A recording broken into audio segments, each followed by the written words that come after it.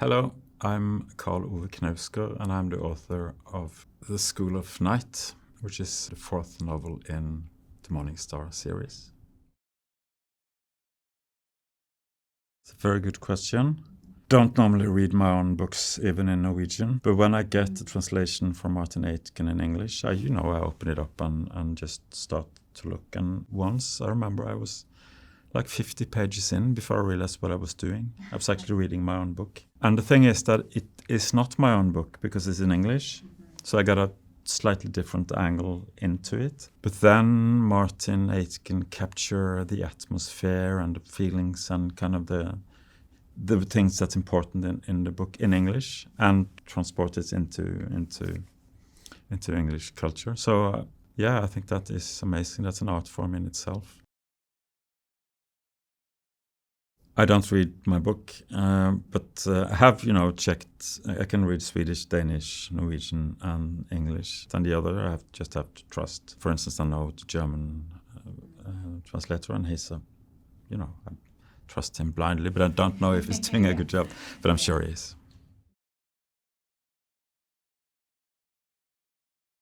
That is a good question, because if you read, stuff from 1400s or 1300s or medieval times, there is a lot of miracles going on. But then if you start to think about what's going on in the world and just the basic facts of life, how life emerged, no one knows.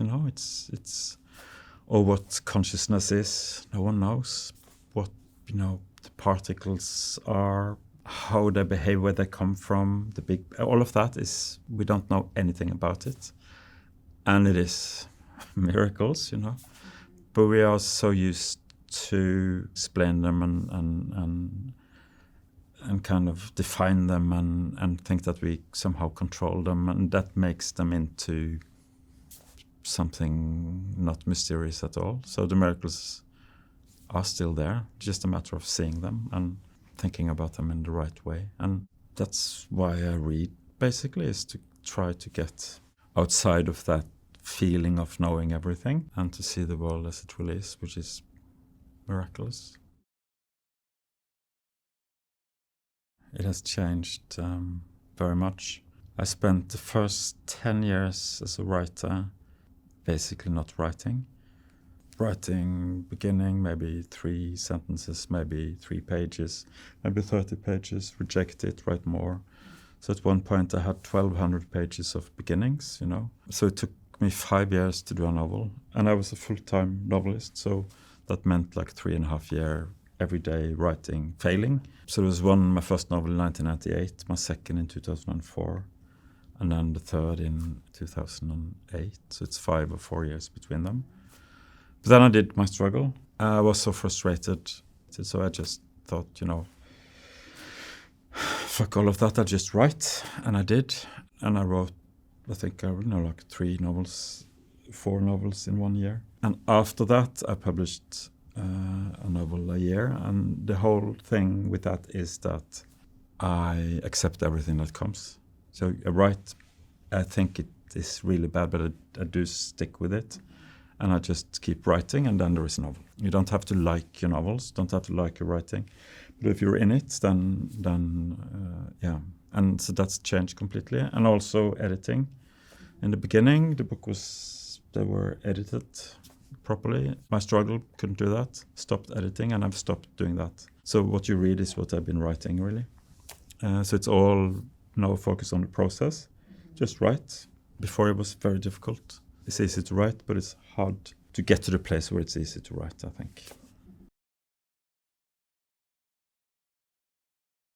I think success has to be handled, because what it creates is some sort of corruption inside that, okay, I wrote this book, people love that book, my next book has to be so they will like my book.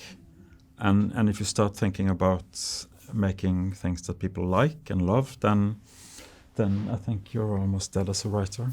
I had success with my very first book, a novel back in the 90s, And it was so hard for me to write the next book, and that was part of it, because I felt expectations and I wanted to please. And if you want to please, then that's not good. But the good thing is that then you have to find a place where there are some sort of freedom and where there are some sort of things that are exciting for yourself. And you have to do something new that you don't know if it's good or not. And you're risking something, and then things starts to be alive. So it could be bad or good, but it's alive and important to you, instead of making something that you think maybe be important to others. So it's a matter of being true to your own fascinations and your own, things you're interested in, really. But of course, my struggle opened a lot of doors for me in many many ways, and gave me a lot of readers. And all of that is, more than I could hope for and more than I expected. And it's still something is hard to believe myself, because, all I wanted was to publish a book, and that was my only goal. And I never thought that many would read it. It's all intuition.